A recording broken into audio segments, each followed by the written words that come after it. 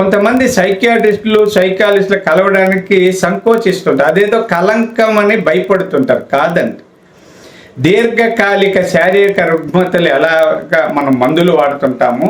ఇప్పుడు మధుమేహం లేదా రక్తపోటు, ఇంకా కొన్ని చాలా రుగ్మతలకి దీర్ఘకాలం మనం వైద్యం చేసుకుంటుంటాం, మందులు వాడుతుంటాం. అలాగే దీర్ఘకాలిక రుగ్మతలకు కూడా మందులు వాడడంలో తప్పు లేదు. మీరు అందరికీ ఏం చెప్పుకోవాల్సిన పని లేదు, చెప్పుకున్న తప్పేం లేదండి. అదేమి పాపం కాదు, శాపం కాదు, కలంకం కాదు.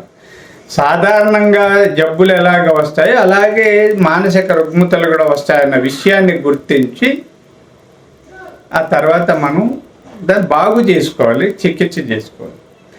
కాబట్టి మనం పరిపూర్ణంగా అనుకున్నవి సాధించాలంటే మానసిక ఆరోగ్యం మీద దృష్టి పెట్టాలి, దాన్ని కొనసాగించాలి. జీవితకాలం మనిషి మానసికంగా దృఢంగా ఆత్మవిశ్వాసం కలిగి స్వయం ప్రేరణ, ఆత్మగౌరవం ఇవన్నీ కలిగి ముందుకు వెళ్ళాలి.